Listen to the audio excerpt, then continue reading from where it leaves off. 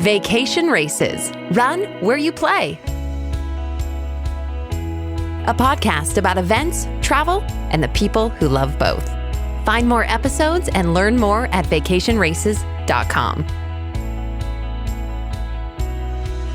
This episode is all about the Bryce Canyon Ultra Race Guide 2020, featuring race director Lyle Anderson with Colleen Rue. Welcome to the Vacation Races podcast. I'm Colleen Rue. We've got Lyle Anderson, race director for the Bryce Canyon Ultra, in with us today. Yes, absolutely. Excited to be here talking to you guys. Got a lot of interesting information and a lot of very important information we're going to share with you guys today. And of course, Bryce Canyon Ultra going forth in this whole COVID-19 2020 craziness. Luckily, we are still able to hold it. So kind of had to jump through some hoops. So there's some changes this year, right, Lyle?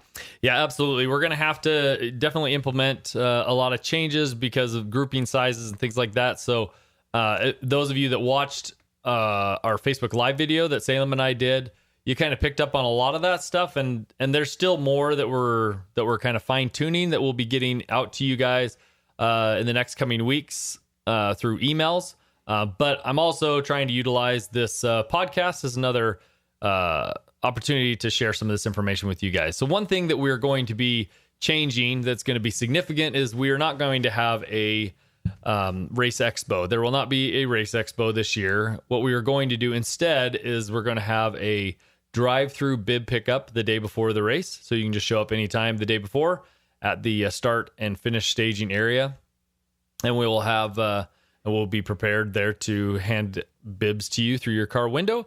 And then also while you're there picking up your bib, drop off your drop bags. We'll have a designated area where you can drop off your drop bags.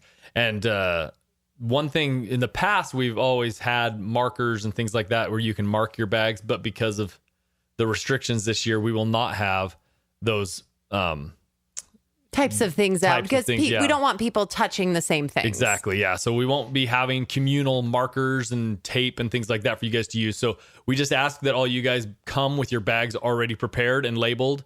And one thing that you guys, if you've ran with us before, you kind of know how your bags need to be labeled.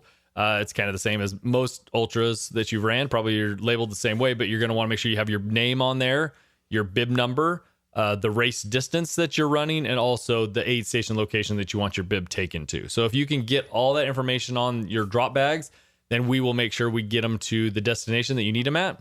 All right. So we're talking about Thursday when this whole race expo, Friday when this race expo is going to happen. The race is on a Saturday and a Sunday. Okay. So all distances will be starting on Saturday, and then finishing the 100 milers will finish into Sunday, but everybody else will be finished by Saturday. So what time can I show up to give you guys my drop bags on Friday for the expo and pick up the bibs? We'll be starting at noon, and it'll be going till 7 p.m. So noon to 7 is when you can show up to pick up your bib anytime during that time frame. Drop bags will need to be dropped off no later than 8 p.m. on Friday. Is it in the same location as it was planned for before? Yeah, it's actually the field adjacent to where we've done it in the past. It's literally next to it, so you're gonna drive right past it. So if you've been there before, it's going to be easy to find. It's not at the pond. It's just the property right before the pond. So if you've been there before, same general direction. Okay, so Friday, drive-through expo. So make sure you're going to get your drop bags dropped off there. You can't get out of your car at this expo. That's important. Correct. Yeah, we want to make sure and stress that because the whole purpose of doing this is to avoid any congregating in line. So if you've got a question and you need a little extra assistance, we'll just have you pull aside and we can have one of our staff go and help you out. But we don't want anybody congregating or lining up, because if one person does it, then everybody starts doing it. So we just ask that everybody kind of help us out with this, since we're kind of on virgin ground here as far as like this is all new, right? This is new for everybody. Exactly. As far as operating an event under these conditions, like we're really having to implement a lot of new things and new changes in this new world of racing that we're living in now. So we just want to make sure that we comply with the state and the local restrictions, but also try our best to put on a high quality event for you guys. Well, and what's great is if we do comply and we make this happen, other races will be able to go forward. Exactly. So we want to do it. And so, if you do have questions, what's a place where if they have questions before, Lyle, that maybe they can take care of before, how can they reach out to you? You can email me, Lyle@vacationraces.com, or you can email info@vacationraces.com. Those are all good resources that you can email us and we'll try and help you. Or you can just go to our website, and we do have an FAQ page that a lot of those frequently asked questions are on there. And I would actually encourage everybody to go there first before emailing us, because you'll probably get your question answered. That's perfect. So the FAQ page over on the Bryce Canyon Ultra part of vacationraces.com, that's where you can navigate through. But if you do have those questions, shoot an email. It's that easy, and that's going to save backup time at the expo and things like that. Exactly. Yeah. And if you've got and I'll be sending out emails with all this information, but if you're planning to have a pacer or a crew that's going to be helping you with the race this year, we will allow one crew member and one pacer per runner at a time. So you can have more than that, but you can only have one that's out of the car at the aid station at a time. So that's active at a time. Okay. Yeah. And so we'll be handing out a pacer and a crew member bib at the expo. And so one of the things that I'm going to be doing is I'm going to be sending you guys in an email instructions on how you can pre-register that pacer and that crew member. So when you show up at the bib pickup to pick up your bib, you can also pick up the bib for your pacer and your crew member as well. Okay, so it's going to be easy. It's just going to be drive-through style. Just make sure those bags are ready to go. We're not going to have the bags for you. There's not going to be markers and tape for you to do. Exactly. What do you recommend for a drop bag, like the size and maybe some things to help people who are packing for a first time? Generally, like a lot of people will. Good rule of thumb is like a gallon size Ziploc bag is a good size, bag. It really depends on what you need in your drop bag. So some people, want to put shoes in there and socks and the kitchen sink, I mean, like they literally. Hey, you might need the kitchen sink on 100 miles. You never know what you're going to need. You can wash your hands. But yeah, there's going to be, a lot of things. So it really is up to you. One thing that we would encourage you to do is keep an eye on the weather leading up to the race. And if it looks like there's going to be rain in the forecast, then you should make sure that all of the contents in your bag are in a Ziploc bag or something to keep them dry. Another thing that you could do that we recommend is, I'm assuming that you're going to have the outside of the bag labeled really well, but sometimes things happen and your label maybe wasn't stuck on as well as you thought it was. So one thing you can do is maybe even just put a card inside your drop bag with all the same information, so that if your bag gets lost or whatever, we have a way of identifying it and making sure that we can get that bag back to you after the race. That's a great tip. Just something inside to identify who you are. Okay, so that's drop bags. Remember, you can't get out of your car at the drive-through expo. What about places to stay that night? People who are camping or people who are staying close by? So we'll have camping at the start and finish staging area. The landowner will be managing the campground. He's charging $40 cash only. So make sure you bring cash with you to the campground, and he'll be happy to get you all checked in. He's got lots of land, so there's plenty of room for everybody to spread out. And is there a reservation on that? Do you have to have a reservation? No reservation. Okay. Just show up and we'll get you all taken care of. But like I said, there's plenty of room, so make sure you spread out so we can keep everybody safe distance from each other. Yeah, so social distance camping, but $40 cash only. That's a big thing, cash only. They're not going to be able to take Venmo or PayPal or anything like that there. Correct. So you're going to have the cash for that. Other people who are staying in Bryce Canyon City, do you know anything about Ruby's Inn? Any changes there, or is everything... No, everything's open. So if you have a reservation at any of those places, unless they've notified you otherwise, your reservation is still valid to the best of my knowledge. Same with vacation rentals in Panguitch or around Hatch or whatever. So you should have those lodging options as well as camping available there. So good. So everything should be good to go. As far as we know, Bryce Canyon City with Ruby's Inn, they're open. They'll have the things that you need when you get there. So one thing about camping though, so the campground check-in is going to start at 2 p.m. on Thursday.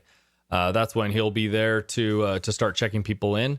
and you can camp there, and that's $40, and that's for 1 night, 2 nights, 3 nights, 4 nights, however many nights when do you have to be out of the campground by? By Monday. By Monday. Okay, Yeah. so plenty of time. So Thursday at 2, and you get all the way through the weekend through Yep. Monday. Okay, Yep. perfect. So camping, that takes care of all of our lodging. So bring us up to the start line. We're going to be at the start line Saturday morning. Correct. Yeah. And the way we're doing it this year is we're basically going to give all the distances an hour to start the race. And Okay. so what that means is, for example, the 100 milers are going to have from 5 a.m. to 6 a.m. and it's an open rolling start. So if you're going for overall time, you're going to want to be right up there at 5 o'clock to toe the line, basically.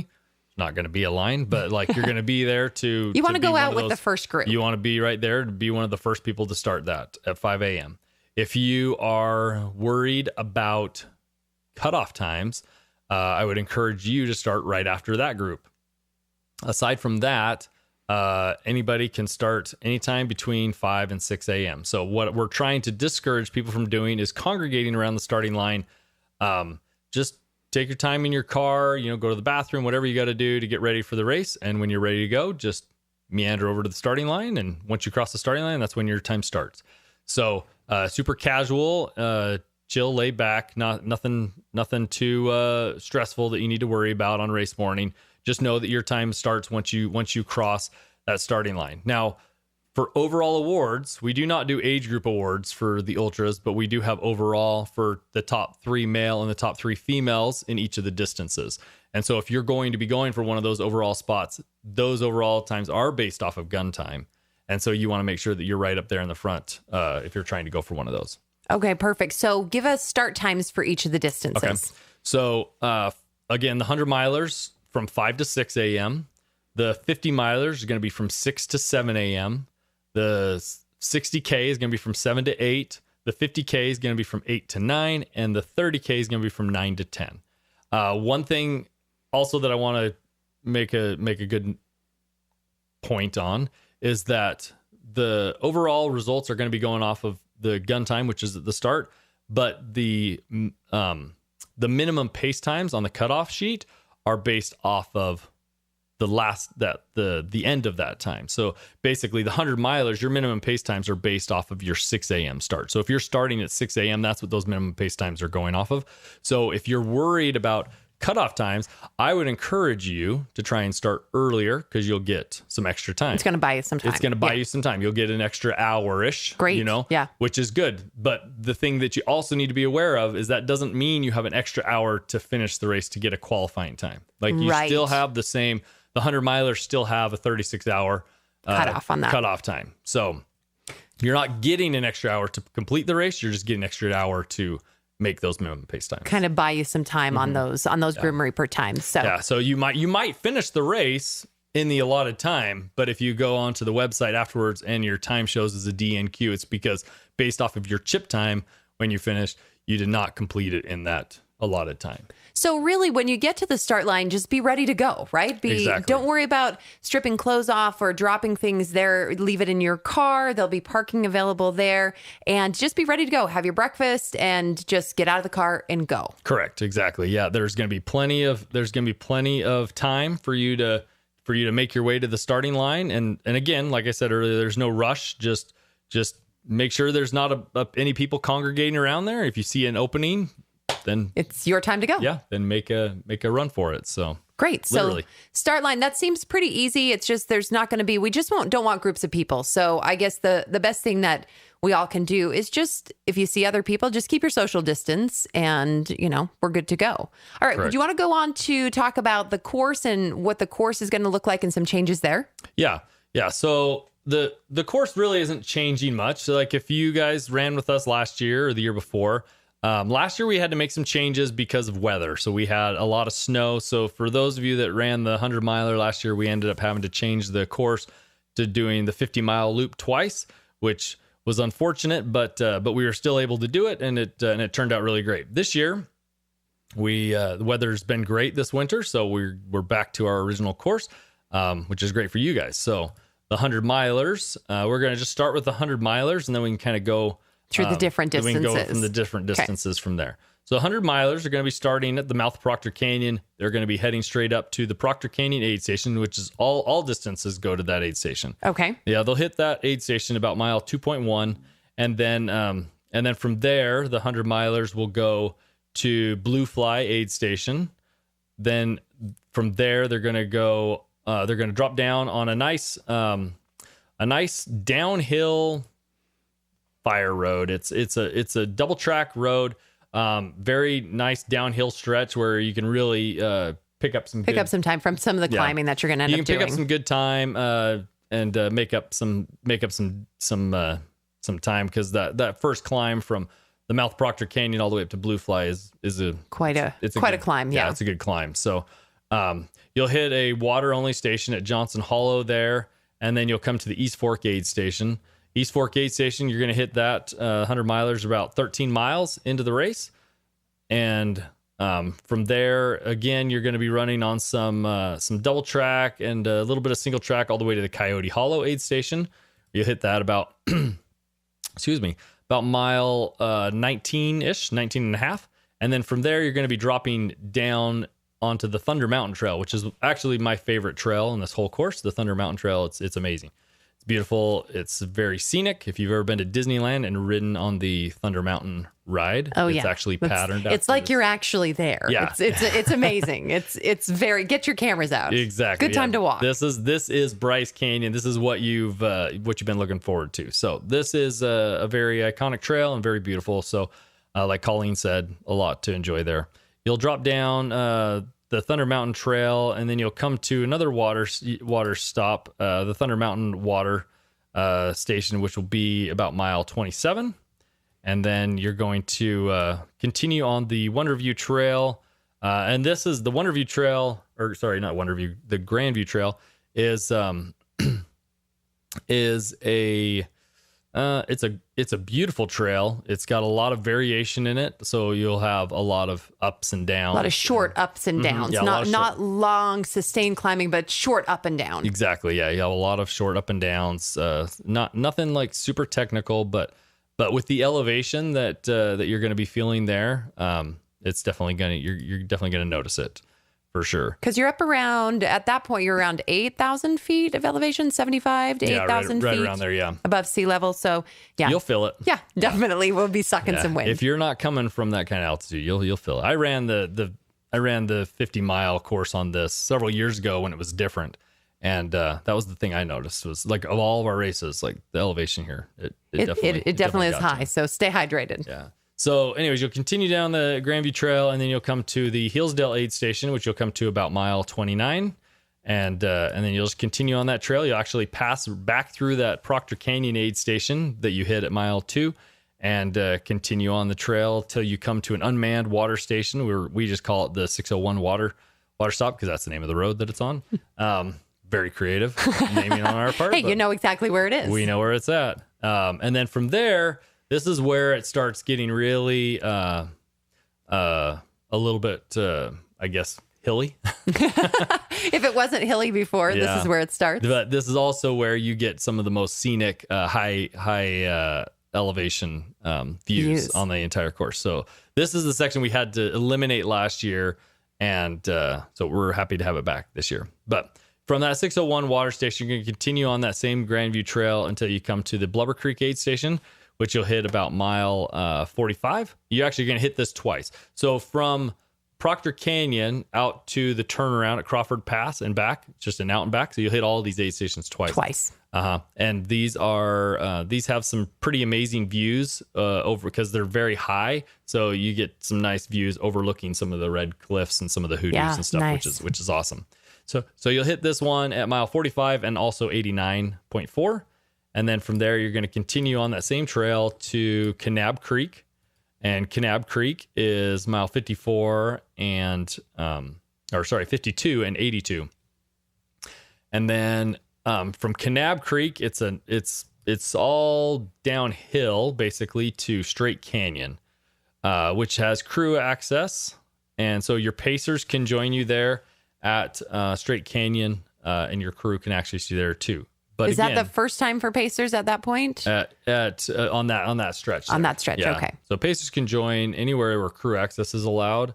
So there's others, but Kanab Creek and Blubber Creek, there is no crew access. Those are very rugged and remote aid station locations. So yeah, there's no crew Don't send access. someone in a Toyota Camry out there. It's not a good idea. Don't even send them in a 4-wheel drive truck. Like it's rough. It's not going to happen. Yeah. For example, I tried getting up to Blubber Creek last week when I was up there, and I couldn't get to. There's still too much snow up there, but it's melting quick. So I'll bet you probably by this time next week there won't be any snow up there. But for right now, but it's still very rugged, so I wouldn't even attempt it. Anyway, Straight Canyon, you can have crew access and Pacers at that location. Just to kind of reiterate what I said earlier, at these aid stations, because we're trying to keep the congregating down, any crew or Pacers that come to any of these aid stations need to be wearing their bib, and only that person can be out of the car. We do not want to have a car full of 8 people that are crewing your runner, and they all come out to cheer or something like that. Stay in the car, do your cheering from the car. Only one person who has the bib can be out of the car. And this is where I have to put my bad guy hat on. If we do find out about anybody that is disregarding our recommendations for that runner will be disqualified. So we are taking it that seriously because we're trying to keep you guys as well as the local community safe. And we've promised the local community that we're going to implement these things. And so we really need you to help us out with this and make sure that we're not. This is why we have a race to run is these things. And so let's really try hard. They're giving us the benefit of the doubt. And so if we're just giving them lip service and you guys don't take it seriously, then they may not allow us to come back next year. So we want to be back and we want you guys to come back too. So please. So only the bibbed person can be out of the car. Exactly. Especially at some of these really remote aid stations and where there's crew access aid stations. So make sure that there's only one person allowed out of the car. And they got to be wearing their bib. So anyway, Straight Canyon, that's mile 57 and 77. And then from there, it's a nice, so like I said earlier, from Kanab Creek to Straight, it's all downhill. But then you're going to be climbing up to Pink Cliffs, which is honestly on this section is probably one of the prettiest overlooks that we have on this 100-mile additional section here. Pink Cliffs has some very awesome views, but it's also very rugged and remote to get up to that. So that's going to be a water-only station. We'll have a water monster set up for you guys there. But there will not be an aid station there. So if you do have crew that's pacing you at Straight Canyon, they're going to have to continue with you all the way to Crawford Pass. So plan on about 10 miles that they're going to have to be with you. Okay. But then at Crawford Pass, we have crew access there as well. Great. So they could switch out at that point. So they could switch out at that point. And then, and then Crawford Pass, you're going to come to, that's going to be mile 67.2. And then you're just going to be going backwards. So then you'll be, so from Pink Cliffs to Crawford Pass, it's all downhill, but now you got to climb back up to Pink Cliffs, but then it's all downhill down to Straight Canyon, and then it's uphill to. It's kind of rolly all the way back. Yeah. There's. I'll tell you. When we did this, when I did this, when it was a 50-miler, the 50-miler started at Crawford Pass and ended at Red Canyon, basically, or at Coyote Hollow, and this section from Crawford Pass through Proctor Canyon, it was beautiful. But yeah, it was very challenging section. Very challenging. So just be prepared for a nice challenging course there. Well, you're running 100 miles, so it's going to be challenging. Yeah. We had a good friend of ours that ran this 100 mile the same year that I ran the 50 mile, and it was her first 100 miler, and she got very emotional when she got that last. Yes, she did. That last mile, she was very, very proud of her, and we were all proud of her. It was a tough year course. So. Yeah, it's a tough course, but you'll see some amazing things. There's really nothing else like it in the ultra world. I mean, it's really one unto itself. No, so. I had a guy last year. He was from France, this is stuck in my head ever since he told me this. He said, in all of France, this course is known as the most beautiful course in all of America. Which that's I thought pretty great. Yeah, which I I was like, well, okay. Yeah, that's amazing. I'm not going to disagree no, with it. I don't think you should. I think it's beautiful. I'm going to take that as a compliment. Those of us who live here in Southern Utah, we tend to see this stuff all the time. Yeah. But if you're not from Southern Utah, you're definitely in for a treat, especially on that 100-mile course. So they're going to make their way back that same out and back through those same aid stations until they come back to that 601 water stop. Yeah, actually back down to Proctor Canyon. All the way down to Proctor Canyon. So they'll continue. They'll backtrack everywhere they came, all the way to Proctor Canyon. Then from Proctor Canyon, it's all downhill down to the finish line. So, Nice. So it's a good finish, because from the 601 to Proctor Canyon is all downhill, and then from Proctor Canyon to the finish is all downhill. So you get a nice little reprieve on your legs there at the end, so you're not having to kill yourself right at the end of the race. Great. And so anyways, yeah, that's the 100-mile course. So what about at the finish line? Before we get into the other distances, let's just wrap up. Someone finishes the race. What's the finish line going to look like? Finish line is not going to look like it usually looks. So normally we'll have, a lot of spectators congregating around there. Music will be playing. We'd have food vendors there. A very warm and inviting finish line atmosphere. This year, because of the restrictions, we're not going to have food vendors there. We're asking spectators to not congregate there as well. So any help we can get there, we appreciate. But basically, we'll welcome you across the finish line. We'll take you to we'll have a recovery box with some food there for you that you can, kind of a grab and go type thing. And then you can go claim your finisher award. We'll have for each distance, besides the 100-milers, you'll have the option between a medal and a mug. And then for the 100-milers, we have a variety of unique belt buckles that have actually been handcrafted from local vegetation there in the area, which is pretty awesome. It's very unique. They're very unique. They're pretty awesome. The lady that makes them is very talented, so we're really happy to be able to offer those. And then along that same lines, we kind of brushed over it at the aid stations, but I kind of want to talk about what the offerings are going to be at the aid stations as well. Great. So it's kind of at the finish, wrap up the finish line. It's kind of grab and go finish. Yeah. We're going to get you stuff, get you all taken care of, and then just hit your car and head back to your camp spot, head back to your hotel.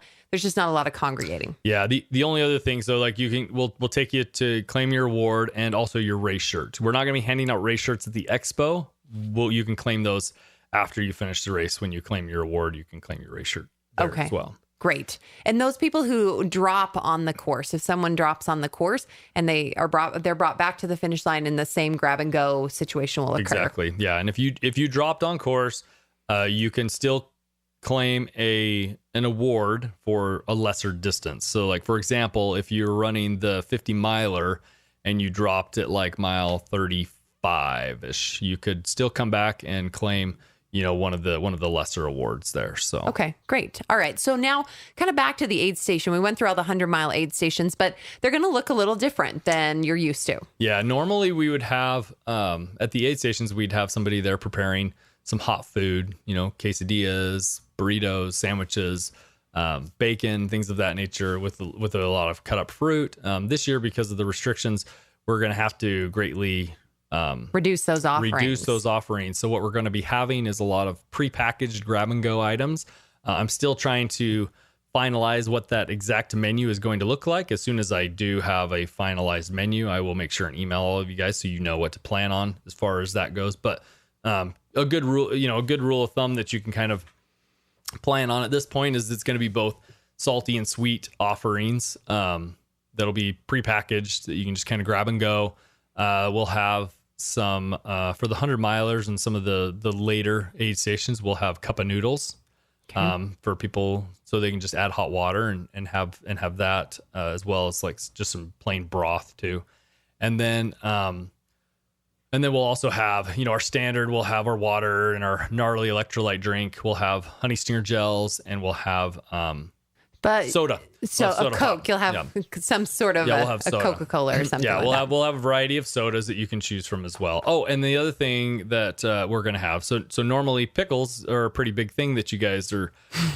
Everybody loves pickles. Everybody loves salt. Pickles. Well, it's kind of hard to do pickles when we can't dip our hands in the jars. So I actually talked to the good folks over at Pickle Juice, and We got a whole bunch of pickle juice shots. So again, nice. they're individual shots. Yeah, they're like single juice. serves. So we'll have a bunch of those pickle juice shots for you guys that will be available at the aid stations as well. Cool. So you're not going to be putting your hands into bowls or taking things like maybe you've seen before at different aid stations.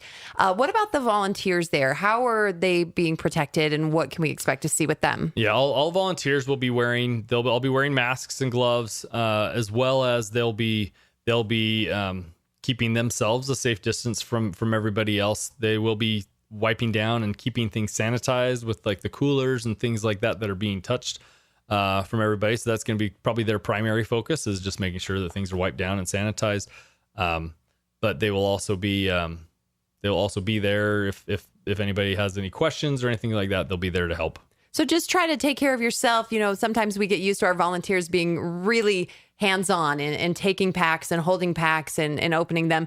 In this situation, it's going to be a little bit different, and it's just because of these restrictions. Yeah, I would really strongly encourage everybody to plan on not only using drop bags, but also plan on running with a hydration pack that has a decent amount of capacity so that they can carry some of the stuff that they need on them. Yeah, so make sure to be able to provide for yourself outside of those aid station stops. So there'll be plenty of things for you, but now's a good time to carry a little extra. Yeah. At this point. So, okay, so aid stations will be a little bit different. They'll still have what you need. There will still be some hot offerings for those 100-milers later on. So that's what the aid stations are going to look like. So let's go to the next distance. We talked about the 100-miler. Yep. So let's make our way down. Okay, the 50-miler, the 50-miler basically follows a lot of the same route that the 100-miler started out on. The only difference is when you get to Proctor Canyon, you're going to take a right on that Grandview Trail, and you're going to head up to that 601 water station. And then you're basically going to do a little triangle. So you're going to head from that 601 over to Blue Fly instead of heading from Proctor Canyon straight up to Blue Fly. Over to it. You're just adding a little bit of mileage there. And then from that Blue Fly, you're going to drop down to that same Johnson Hollow water station on that double track that's downhill. And then you'll come to East Fork, which is I didn't mention this when we were talking about the 100-milers, but that's another access. Crew access. Crew access, yeah. So crew access can access you there, but it's early into the race, and so I would not expect to see a lot of crew there. Or pacers. Like, that's way early in the race. For the 50-milers, that's 18 miles into the race. For the 100-milers, it's only 13 miles into the race. So, but if you need crew to help you out, that's definitely a good place where they can access, and the road getting there is quite easy too. And then from there, again, they follow a little double track dirt road over to the Coyote Hollow aid station, where they'll hit that about mile 24 and a half, and then they drop down that same Thunder Mountain Trail. Is that another crew access? Yeah, that's another crew access at Coyote Hollow. Okay. Mm-hmm. Yes, and then they drop down that Coyote or that Thunder Mountain Trail, and this is where they deviate a little bit from the other distances. So when they get to the Grandview Trail, they're going to actually take a right and head up to Red Canyon and do the Red Canyon Loop, which is another very iconic and beautiful trail so they kind of have a little lollipop out there. It's a little lollipop that they're going to do out there at Red Canyon, where they'll come back to that same aid station before they continue down the Grandview Trail towards Hillsdale aid station, where they'll pass through that Thunder Mountain water stop and then hit the Thunder Mountain Hillsdale aid station. They'll hit that mile 42.9, and then they continue down that same Grandview Trail to Proctor Canyon, where they will take a right and run down Proctor Canyon straight to the finish line. Great. Straight to the finish line. Awesome. So that's the 50-miler. Mm-hmm. Next up, 60K? 60K, yep. So 60K literally follows the first loop of the 100-milers. So instead of doing that little triangle that we talked about at the 601 over to Blue Fly, they're just going to follow the 100-mile course. Yep. So they'll go up to Proctor Canyon, head straight up to Blue Fly. And again, this is a pretty good climb getting up from the start up to Proctor Canyon, and from Proctor Canyon up to Blue Fly. So it's you get to Blue Fly, it's like mile 3.7 by the time you get to Blue Fly, but it's a lot of climbing to get up there. So just just because it's only 3.7 miles, don't expect to do it very fast. Like right, it's going to be, right. you're going to be, it's going to take you some time. It's going to be a little of a climb, but then once you get up there, then you get a nice reprieve where you're running on some double track down to that Johnson Hollow water stop and the East Fork aid station. So you'll really be able to stretch your legs out and enjoy some faster cadence running at that point. And from East Fork, you'll continue over to Coyote Hollow again, and then you drop down Thunder Mountain, and then you follow.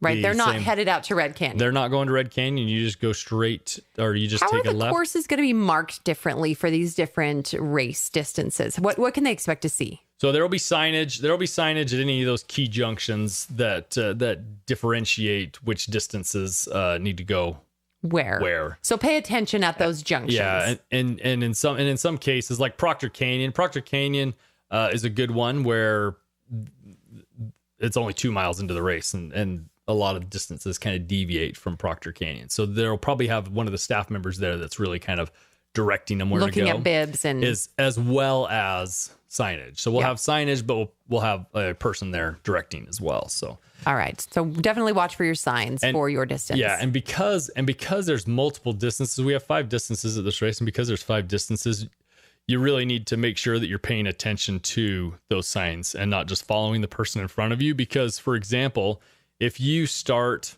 at the end, if you're running the 100-mile, for example, and you start at the end, so at 6 o'clock, right? The 50-milers are starting at 6 right o'clock behind too. you, right? So there's a good chance those are going to be the guys that are leading the, those they're going fast for, overall guys. They're going to be going for overall, so they're going to probably pass you. So when they get to Proctor Canyon, they're going to be taking a right and heading towards the 601, where you need to where be you're going to be going straight. You're going to be going straight onto Blue Fly. So just make sure that you're not just blindly following the person in front of you. You're paying attention to signage and you're asking questions if you're confused. So. And always double check those signs, even if you need to just slow down and stop and look for those signs. And also, if you're questioning it all, we've uploaded all these maps on Avenza. You can follow along on your Avenza app. It's a free app you can download, and all these maps are on there as well. So if you're ever in question of whether you're on course or not, you can always download those maps on the Avenza app. And that's going to use whether you have service or not. Exactly. Yeah, you can put that on airplane mode and it still works. And so that's a great way to conserve your battery. How is the service out there on the course? It's actually pretty good in some of the higher spots, as long as you got a good vantage point towards Wilson Peak, which is where the main relay peak where is. all the That's where most of the cell service. But like I said, I was just out there last week and I had cell service most of the course that I was driving. Great. So you get out towards Crawford Pass, like the 100-mile turnaround and Straight Canyon, like things get a little spotty. You're kind of in a bit of a hole down there, so there's not cell service there. But we'll have radio communication so we can at least get the information out. So will there be radios at each of the aid stations? If someone were to need to drop or need some medical assistance, the aid station is where to get those radio transmissions? Yep. We'll have radios at each of the aid stations. All the staff will have radios. And if there's any sort of medical emergencies, our medical director will have radio as well. So if we need to respond, we can get somebody out there. Just keep in mind, if you're out at Kanab Creek, Blubber Creek, Straight Canyon, Crawford Pass. On the 100-mile course. On the 100-mile course. Those are very rugged and remote parts of our course. The driving time to get from our start-finish area to those aid stations is very lengthy. It can take us a couple hours just to make a one round trip. So it's good to kind of make a check before you head out into that part of the course. Make sure you have what you need. Kind of check where you're at before you proceed. Just knowing that if you get out there, it's not a place you want to push to get in trouble. Exactly. Yeah. Like we will get out there as quickly as we can, but just know that it takes time. It takes a lot of time. It's some time. Very rugged and remote to get out to those. So, all right. So back to the 60K, they're following the 100-mile course, but just be aware that you've got the 50-milers starting in front of you. So don't be necessarily following the people in front of you on that 60K. Yep. So once the 60K get down Thunder Mountain, they're going to take a left onto the Grandview Trail, hit that Thunder Mountain water stop, come to Hillsdale, and then Hillsdale all the way to Proctor Canyon, where they'll take a right and head on down to the finish line. So, what's the difference between the 60K and the 50K?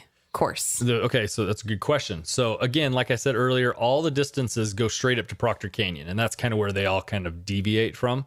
The 50K, when they hit Proctor Canyon, they take a left on the Grandview Trail. And they head straight out to Red Canyon. So that's a very different way. So if you're a 50Ker, you're going to be going the opposite way of everyone else at this point. Yeah. So they're going to be taking a left. So kind of same thing as what we were just talking about. If you're running the 50K, just keep in mind that if there were any 60K runners that were starting towards the back end of their wave, you might, the they'll faster be going runners a different 50K way. might catch up. So just don't follow the person in front of you. Make sure that you're paying attention to which distance you're running and looking for signage and asking directions to make sure that you're going the right way.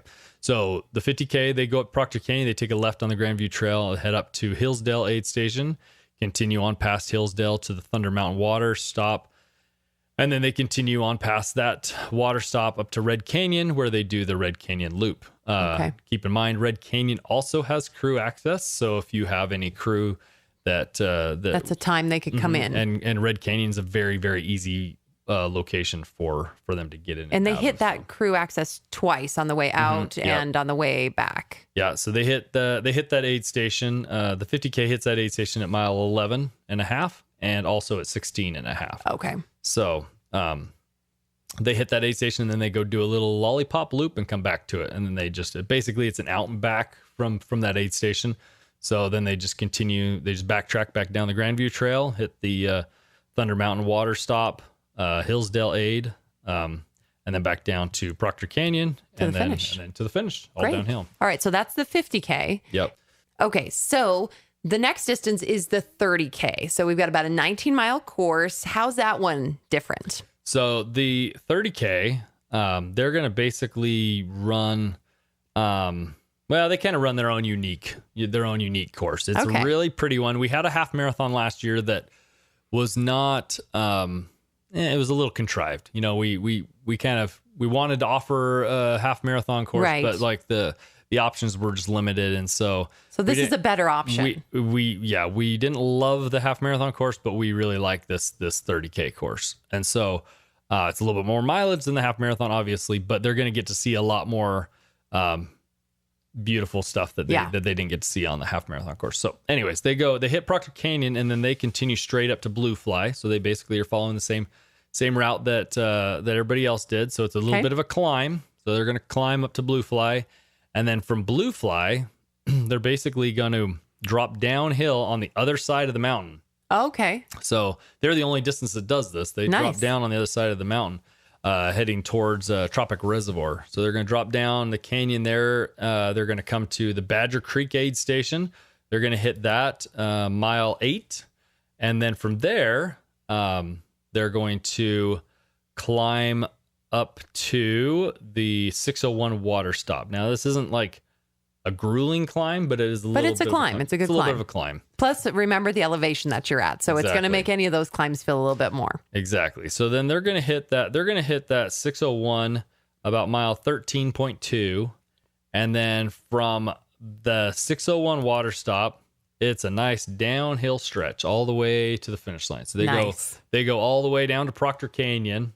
They'll hit Proctor Canyon and then all the way down the canyon, all the way to the finish line. And so we felt like that was a much better finish for them. Mm-hmm. So they could have a nice downhill stretch towards the end. Great. Rather than running uphill. Nobody likes to run uphill at the finish. Yeah. Awesome. And one thing that we're doing this year, like normally we would not offer drop bag access at all these aid stations, but because of our limitations this year, we are going to be offering drop bag access at all these aid stations. So if you are running even if you're running the 30K, you can have a drop bag. You can have a drop bag. The only exception is going to be Proctor Canyon. The only distance that is going to be allowed to have a drop bag at Proctor Canyon is going to be the 100-milers because they hit Proctor Canyon right on their way back. On their way out towards Crawford Pass. Right. So they don't have crew access there. Everybody else hits Proctor Canyon and heads right into the finish line. That's all downhill. So but the 100-milers will have drop bag access at Proctor Canyon. So, and you want to make sure on the drop bags that they are labeled as to where you want them to go, right? Exactly. Yeah, you want to make sure the name of the aid station is on there so that you're not just because how else are our volunteers going to know where to get them there for you? Exactly. So make sure they're labeled well, your name's on them, and they'll do their best to make sure that they're all taken care of and ready for you when you get to those aid stations. Exactly. All right, so we've gone over all the courses. We've hit on the aid stations, and you're going to update on the offerings of that through an email because we don't have that menu nailed down, but it will be a limited menu to that. Finish line is going to be no congregation, basically. There's really no fluff there. You're going to be able to claim your award, and then you're going to get your race shirt and then just head on back to your hotel or your campground. It's going to be a little less climactic than normally. Yeah, and we'll do our best to try and make it a lively experience. Sure, we got cowbells and fun stuff like that. We'll have some music, and like our staff will be there, so we'll be there to cheer you on. And like I said, we really are asking, like, this is just not, under these conditions, this just isn't a very spectator friendly type of an event. Hopefully we can get back to that soon, where we can have, make it a fun spectator friendly atmosphere where, the whole family can come out and cheer you on and stuff. But right now, just under the circumstances, it's just not. And so, well, it's pretty incredible that we are able to actually have an event in May. And so we just got to make sure we kind of do the right things here so that we can continue to have that, because there's a lot of places that don't even have the option of having a race. So it's great that we could get to bring people there. Bryce Canyon's going to be open. The park is open, and there aren't shuttles available, but Bryce Canyon's super easy to drive, super easy opening to next week. So really see. So you'll be able to have access to all of that. So it really still will be a great event. So yeah.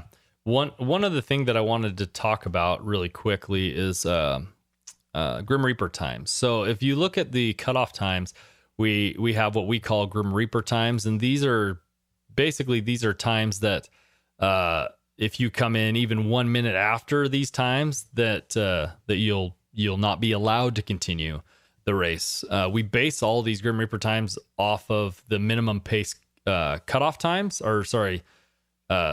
based off minimum pace times, but we also pad them a little bit for your benefit. Right. So that they're not just absolute, but these minimum pace times are basically what time the aid stations are planning to close. And so we really have to close, or we have to pull runners that don't make these cutoff times, because there won't be any aid for it's them just not safe for them to continue. Yeah, it's not safe.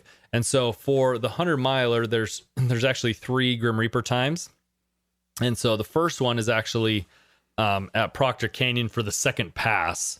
So after you've gone out to Red Canyon, you've come back down Grandview. They don't do Red Canyon. Oh, no, sorry. Yeah. Coming back down Grandview to hit the Proctor aid station, and you're headed back out. Yeah. Well, you're heading towards Crawford Pass. Yeah. So by Proctor Canyon's second pass, you have to be past that by 6 p.m. So that's 6 p.m. on Saturday. On Saturday. Yep. And if you come in after that 6 p.m., we'll probably just have you just head straight down to the finish line at that point. But that's the first Grim Reaper time for the 100 milers. And then the second one is actually at 5:30 a.m. on Sunday at Crawford Pass at the turnaround spot. Okay. So this is mile 67. And by 5:30 a.m. on Sunday, anybody that comes in past 5:30 is going to be pulled from the course. And then the last Grim Reaper time is at Straight Canyon, which is mile 77, and that's at 9:30 a.m. on Sunday. 9:30 on Sunday, okay. So the reason why those two are Grim Reapers is because those are the only spots where we actually have access to pull. Right. So if you continued past Straight Canyon, then we have no way of extracting you if you start to struggle at that point. Yeah. And so we want to make sure that you're safe, and that when you head out past Straight Canyon on your way to the finish line, that you're not going to get to Kanab or Blubber and get stuck. You need to get pulled, because we talked about that. It's just hard to get people out there. Yeah, it's just very remote. And so, like, ideally for everybody's safety, like we're gonna anybody that can't make those cutoff times will be pulling from that. But you have until 6 p.m. on Sunday to finish the race. So you have 36 hours to finish the course. And so, now, are there Grim Reaper times on the other distances as well? There's one for the 50 miler, and that's Red Canyon second pass. So again, like we were talking, the Red Canyon, they hit that aid station twice. And so 6:45 p.m. on Saturday, they have to be past Red Canyon for the second time. If they come in even 6:46, then they'll get pulled. You're going to get pulled on that. And those are hard and fast times. And it's not really worth arguing over those times. It's really for runner safety. Yeah. And, we don't want you to continue if you're not going to be able to make it and be successful. Exactly. So, so we want to make sure that everybody's having a good experience. And like we said earlier, if you're worried about these minimum pace times and these cutoff times, then do what you can to start a little bit earlier so you have a little extra time. But just keep in mind that you also don't have extra time overall to finish. You just have extra time to make right, because these Grim Reaper times are based on clock time. Like they're on the clock, not dependent on when you started. Exactly. So your overall time is based off of when you started. Right. But these Grim Reaper times are on the clock. If it says a certain time, that's the Grim Reaper time. That's going to cause that to activate. So yeah. And then basically, because the other aid stations are still going to be open for the longer distances, like the 50 miler and the 100 miler, there's not going to be any Grim Reaper times for the 60K and the 50K. But the only exception to that is on the 30K. Because they're going that different way. Yeah. So that Badger Creek aid station, that's mile 8 on there, it does have a Grim Reaper time of 12:45 on Saturday. Okay. So it's mile 8. So you got plenty of time to get out there and at least get past that one. And once you get past that one, then there's no more Grim Reaper times that you have to worry about on that 30K. So, okay. So Grim Reaper times. So yeah, I mean those are just going to be on the clock time. Just if you have questions about those, you're going to have a race guide. Are you emailing out the race guide to everybody, Lyle? Yeah. So we're just finalizing the race guide this week, and we'll be getting that out. To everybody in digital. We'll be sending everybody a digital copy of it. We will not be printing race guides this year. So if you would like to have a copy of it with you, then print off what pages you desire to have, or you want to print off the whole thing. You can print it off. And it's probably a good idea to print, because if you're staying at Ruby's Inn or places like that, internet, it's great. You can get calls out, you can get text messages out, but sometimes downloading information can be a little bit tough out there. So really printing before you leave is probably the best idea for that. Exactly. If you need a hard copy on that one. So what else do we need to hit on? We've kind of gone through all the distances. What else do we have? So the only other thing that I could really talk about that we haven't chatted about so far is kind of our zero waste initiative that we do at these events. So those of you that have ran with us in the past, you know that we take recycling and our zero waste initiative very seriously, and so we usually have somebody there that's sorting through all the trash and making sure that we're sending as little as possible to the landfill, and that's always our number one focus. This event's going to be a little different because of how we're having to implement some of the sanitary changes and stuff, and so we will probably be we will be generating more trash, but we still are trying to do our best on that. We'll still have our people there sorting through it and trying to recycle and reuse as much of it as possible. So you can help us out by making sure that everything goes into the proper container. We'll also have our composting toilets there at the race, which serve a great purpose. Also, we'll have plenty of hand sanitizer at each of those.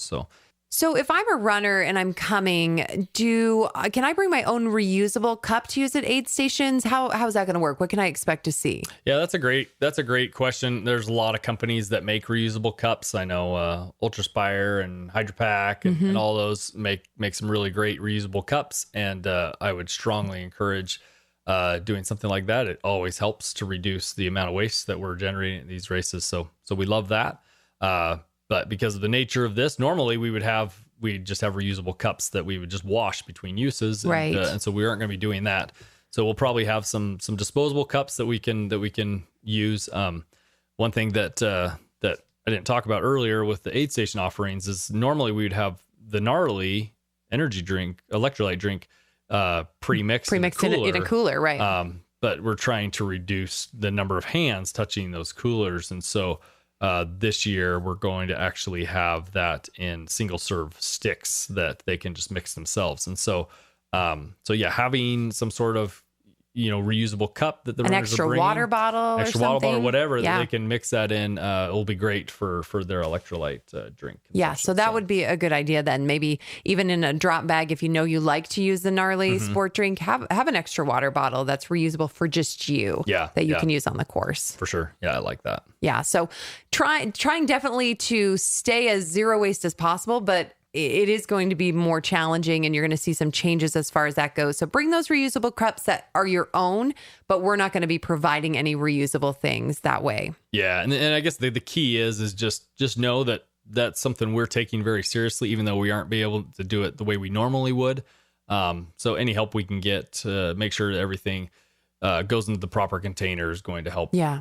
With the sorting. Because again, that's the reason why we're able to hold this event is we're putting in kind of those different things that normally we really wouldn't want to do, but we also want to provide a great event for people to come out and run. And so it is going to be great. Let's talk a little bit about Bryce Canyon weather. Oh, wonderful. Yes. Weather is amazing this time of year. Nights get a little chilly. And days can get a little warm. I mean, you're in the desert, so it's pretty exposed up there on the plateau. It can be exposed, yeah. So just kind of be prepared for, temperatures to get down, possibly below freezing at night, and get up into the mid 80s during the day. But again, you're at a higher altitude, so. The sun feels hot. What about sunscreen? Generally, aid stations will offer sunscreen. Are you going to be offering that at aid stations? Yeah, we'll have sunscreen at the aid stations, as well as some basic first aid supplies. Things like anti-chafing agents, things like that you guys can have to access at each of the aid stations. But yeah, sunscreen is probably something that everybody should really take. Because even if it's cool up there at the high elevation, you tend to get burned really fast. But also making sure that you're very well hydrated. That's one of the things. When you're well hydrated, you don't seem to get as burnt as bad as you do when you're dehydrated. So keeping hydrated is always key for everything. Yeah, for everything. And especially when you throw elevation on top of all that. So the weather in southern Utah has been pretty nice, pretty dry lately. So we anticipate that snow melting off. You could run into some patches of mud, some things that have recently melted, but you don't see any issues with the course this year. No, unless we get like some crazy late winter storm that comes in between now and then, which I don't foresee. Like I said earlier in the recording, last year was a crazy wet winter, and this year's been a decent winter. But it's more on the normal melting. It's on the normal side, and like I said, everything's melting pretty quick out there. So I don't foresee. So weather should be great, but utilize those drop bags for different things that you need. And again, I think it's important to note too that do what you're comfortable with. If you're not comfortable using an aid station, use your drop bags. I mean, we have that offered. So make sure to use your drop bags. You can put things in that, and the staff is going to help to make sure that that's where it needs to be. If you're uncomfortable with anything, there will be hand sanitizer available. And, if you feel like, you need to do some certain things for yourself to protect yourself, do that for sure. Yeah. And like Salem and I talked about it when we did our Facebook Live video. Aid stations and drop bags, anything that you deem race essential. So if there's something that you feel like if you came to an aid station and we weren't offering it, it would ruin your entire race, put it in a drop bag. Yeah, definitely bring it. Those are the types of things that, like, every ultra I've ever ran, I've always packed my drop bags with everything I can imagine. And generally, clean socks are the only thing I take out of my drop bags. You might not use anything from those drop bags. Yeah, it's like aid stations. Most aid stations are so well stocked that like I'll just use what they're offering, and I'll save my stuff for another day. Another training run or something like that. But definitely be prepared with it. If it's something like, even though we're saying we're going to have this, that, and the other, we're going to have Coke and we're going to have all these things. Like if it's something that you feel that you have to have, then bring it. And if you don't use it, you can always use it another day. Yeah. But like, make sure that you're taking care of your race needs and not putting that, just 100% hoping that think a little more self-supported this time, just for your own benefit. There will be plenty of support provided, but it's always good to just err on that side of making sure you have what you need. Yeah, we're definitely planning to have everything that we say we're going to have for every runner, but things happen, and sometimes everybody decides to make a run on the things that it's good. we thought were going to stretch. To be overly prepared. Yeah. I think one last thing that people would have questions on is what if they need to pick up their drop bags after the race? They finished the race, they're done. How do they claim those drop bags? How's that going to be different this year? So that's a great question. We will have all the drop bags will be brought to the finish line as soon as the aid stations close. We'll have our aid station crews that will be running back and forth throughout the race, supplying the aid stations with what they need. And they've been instructed to bring any race or any drop bags back to the finish line as they come back. So whenever you're finished with your drop bag at the aid stations, make sure you put it in the return to finish pile. Because if any bags that are in that return to finish pile, they're going to be gathered up and brought to finish every chance we can. But there's been times that you come to an aid station and maybe there's only one bag in the return to finish pile. So we don't want to just assume and guess that other bags are done, even though most of the runners are done. So we'll just leave them there until the aid station closes, and that's when we bring them. So if you can help us out, make sure they go in the return to finish pile. We'll bring them to the finish line as soon as we can. Other than that, because like what I was saying earlier, some of those aid stations, especially for the 100-mile course, are very rugged and remote. The turnaround time for those might be a little bit longer. So we'll do our best to try and get those back to the finish line as quickly as we can. But just know that we will, as soon as those aid stations close, we'll be bringing them there, and we will actually have somebody there watching them until Monday morning. So you have until 9 a.m. on Monday morning to come claim those bags. Any bags that you don't want to wait around for, we are happy to ship them. There will be a link that I will be sending out to everybody after the race, where you can go claim your drop bags and have us ship them. We'll of course charge you for the shipping, but other than that, we're happy to get them back. Okay. So if you've got plans and you don't want to stick around and wait for your drop bag, just know that service is always available, and we're happy to ship bags to you. Great. So those drop bags, if they're not there when you finish, you still have time to come back and claim them until Monday at 9 o'clock. So plenty of time. 9 a.m. 9 a.m. Not 9 p.m. Everybody will be gone by 9 p.m. The landowner's going to need to clear it all out. Exactly. Same as camping as well. 9 a.m. for camping on Monday morning as well. It's not, the time on Monday for checkout is probably a little more fluid. More fluid, yeah. I don't think there's necessarily a hard time on that, but he'll be there. So just Monday, maybe by noon. Great. Well, as we wrap this up, Lyle, anything else that you feel like everybody needs to know before they come out here to Bryce Canyon Ultra? Just come with a good attitude, and we'll do the rest. Like we're excited to have you guys coming and running with us, and we're excited to be trudging forward under these conditions and still doing events. And I know that it's going to be a different event for everybody, us too. But we're happy to take on the challenge and make sure that you guys are having a good experience. And so. Yeah, and if somebody's not able to attend or they have concerns, there are deferral options for them as well, and they can find that all on the website, right? Correct. Yep. Okay, so go to vacationraces.com. Navigate your way through to the Bryce Canyon Ultra 2020. You'll find all that information on that. There will be more information forthcoming for you in your emails, so watch your emails for things like that, and we'll get you menus for the aid stations and any course updates as we get closer. But if you do need anything, you can always contact Lyle at vacationraces.com, or you can email info@vacationraces.com to get all your questions answered. But it's going to be good stuff. Yeah, I'm excited. I'm just glad it's able to go forward, and we're looking forward to a great weekend down there at the Bryce Canyon Ultra. Yeah, and you guys should all petition Colleen to come and run it. I know, you say that. My husband's already said, I think we should go run the 50. Maybe we should go run the 50 miler. So I don't know. We might be out there socially distancing with everybody. Okay, guys, that wraps it up here. We've got more episodes to come. Just watch vacationraces.com and make sure to subscribe.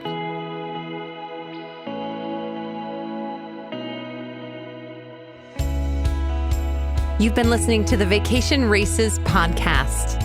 Make sure to watch for more episodes coming soon to vacationraces.com.